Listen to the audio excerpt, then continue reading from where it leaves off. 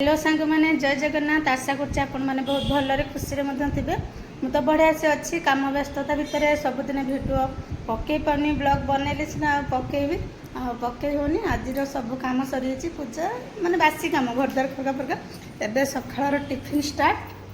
देखो आज कौन टिफिन कौन है मोर पूरी ये मोर आलू तरकारी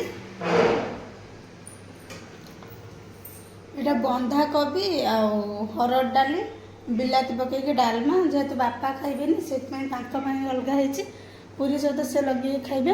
आम माँ पलि आसले प्रथम सी आज स्टार्ट कर सकाल खाइबाटा छुआ पर्यंत खाई ना खाइबे। चलते आगू आगू कौन हो देखो गोटे भल कथा इंटरेस्टिंग कथा देखो यहाँ बोधे मिनिमम 10 वर्ष खंडे पर आम घर गोटा आस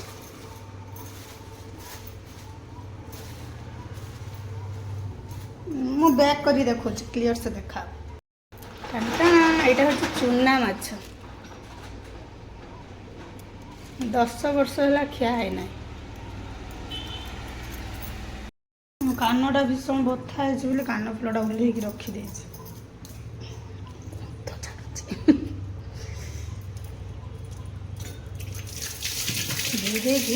नहीं छड़े छड़े दे आसिक रोसे हम कौन कौन हो दीपर आपण मान सहित सेयार करी। मोर माछ काड़े कि नहीं पलि आसी पनीर ये बसई देती भात पानी बस पंडा को नहीं आसुँच कौन पणस ए बर्षर प्रथम आर फुलकोबी गाजर बीट कैप्सिकम हाँ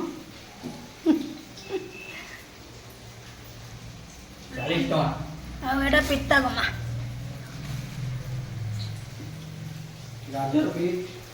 काढ़ी दबा है ना ना नाली कहीं पड़े तो काट दियो पूड़ी पकड़ ना किए आगला सब जानते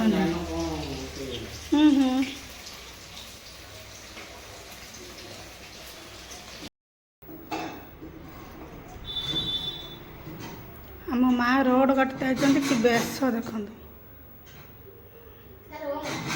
देखते रोल रोड काट मोर पिता माँ आलू भजा सरी आरा फुलकोबी बैगुण कदली भजा आ तो पनीर तरकारी देखी आठ मो डाली बसई देती भात गोटे छुआ को देख मु माछ रखी धोईमे बोली से कौन हो माछ सांग ये भल भल रखुचे से बदमाशी आरंभ हो रखीदे मुझे धोई दिए मुझे मोर गोटे माछ धुआधुई सरी लुण हल्दी पकई खाली गुड़ा जीव डाली होगला माछ खटा आठ अल्प टे माछ भाजिकी रखीदे एतिक सरीगला ना खायापाई देदेवी समस्त डाकिकी तब तो टाइम होगा गोटे होगला डाकी खाई छुआर जो परीक्षा सरी से तो अच्छा घरे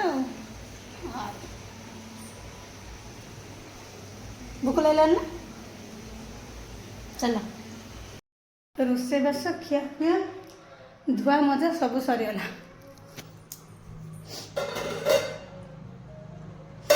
रोसे कर सारा पर ना पोछा पोछ कर क्षीर बसई देती आउ कि ना आउ खाली टिके पनीर तरकारी बोली आए पूरी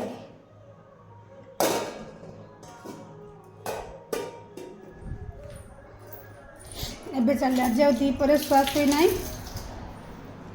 आज बस सिले कर तो ये न शुईक बुलूचे देखो जब शो पड़ गोटे ब्लाउज खंडिया कर रखी ना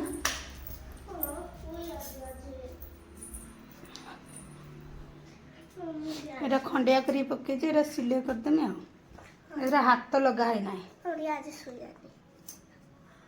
सब खाली हाथ लगे आज टे शोनी से शोनी कौन कर आज बुली आसे हाँ मुझे सिलाई कर दिए देखो तो ब्लाउज हाथ लगे दी पट जाक पप दिया हाथ बन खाली जॉइंट फिटिंग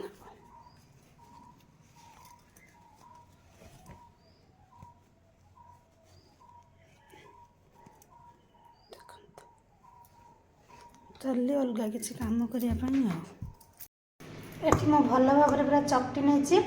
ଦେଖେଇ ପାରିଲିନି ଆପଣମାନଙ୍କୁ ଲୁଣ ହଳଦୀ ମଧ୍ୟ ଆଦେହରେ ପକେଇଛି ବୋଲି। ଏହାପରେ ଚାଲନ୍ତୁ ତାକୁ ତିଆରି କରିବା।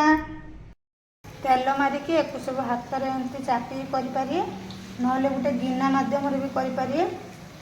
କରିସାରିଲା ପରେ ତାକୁ ତେଲରେ ବର୍ତ୍ତମାନ ମୁଁ ଛାଙ୍କୁଛି। ଆପଣମାନେ ଚାହିଁଲେ ବି ଏକୁ ମଧ୍ୟ ଇଟିଲି ଛାଞ୍ଚରେ ବାମ୍ଫ ଦେଇକି କରିପାରିବେ। ମୁଁ କିନ୍ତୁ ଡାଇରେକ୍ଟ ଏମିତି କରିଦେଉଛି। ଯାହାକୁ କିଛି ଅଏଲି ଖାଦ୍ୟ ଖାଇବା ପାଇଁ ପସନ୍ଦ ନଥିବ ସେମାନେ ବାମ୍ଫରେ ମଧ୍ୟ କରିକି ଇଟିଲି ଛାଞ୍ଚ ହେଉ ନହେଲେ କଡ଼େଇରେ ପାଣି ଦେଇକି ଥାଳି ବସେଇକି କରିକି ନେଇକି ଆସିକି ବି ଚଟଣି ସହିତ ଡାଇରେକ୍ଟ ସେମିତି ଖାଇପାରିବେ, ନହେଲେ ଅଳ୍ପ ତେଲ ଦେଇକି ତାୱାରେ ମଧ୍ୟ ସେକିକି ତାକୁ ଖାଇପାରିବେ। ଏବେ ମୋର ରେଡ଼ି ହେଇଗଲା। ଦେଖନ୍ତୁ ଏ ଭିତରେ କେତେ ସୁନ୍ଦର ପୁରା କୁରକୁରା ହେଇଛି। ଯେହେତୁ ତେଲ ବେଶୀ ଚାଲି ଆସିବ ନା, ସେଥିପାଇଁ ଟିସୁ ପେପର ଦେଇଦେଇଛି। ଆପଣମାନଙ୍କୁ ଗୋଟେ ଭାଙ୍ଗିକି ଦେଖନ୍ତୁ। ଦେଖନ୍ତୁ ତାକୁ ଚଟଣି ସହିତ ଖାଇଲେ ବହୁତ ବଢ଼ିଆ ଲାଗିବ। ତାପରେ ଆଉ ଏତିକି ବି ଏଠି ମୁଁ ପକେଇକି ରଖିଛି। ସବୁ ବାହାର କରିସାରିଲା ପରେ ସମସ୍ତଙ୍କୁ ଡାକିକି ଖାଇବା ପାଇଁ ଦେବି। ମା ଖାଉଛ ବସିକି କେମିତି ଲାଗୁଛି କୁହ? ଭଲ ଲାଗୁଛି ନା? ଗୋଟେ ନୂଆ ଜିନିଷଟେ ଖାଇଲ, ଚୂଡ଼ାରେ ବନା ହେଇଛି। ଖାଇଥିଲ ନା କେବେ ଚୂଡ଼ାରେ? ଦେଖିବା ମାଆଙ୍କୁ ତ ଭଲ ଲାଗିଲା, ଆଉ ବାକି ସମସ୍ତଙ୍କୁ ଦେବା କେମିତି ଲାଗୁଛି ଆଉ। ମୁଁ ବି ଫାର୍ଷ୍ଟ ଟାଇମ୍ ପାଇଁ ଏ ଡିଶ୍ଟା ବନେଇଛି।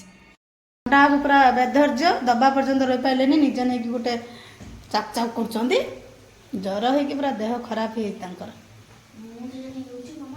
ହଁ, ସେ ଆଉ ଜଣେ ଆସି କହୁଛି ମୁଁ ଗୋଟେ ନେଇଯାଉଛି ମାମା।